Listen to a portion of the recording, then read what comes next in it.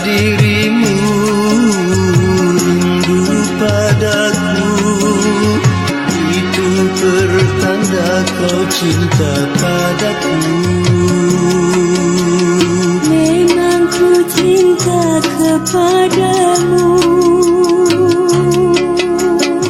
Bila dirimu cinta padaku, lebih lagi cintaku kepadamu. Dari itu jangan kau bersedih hati,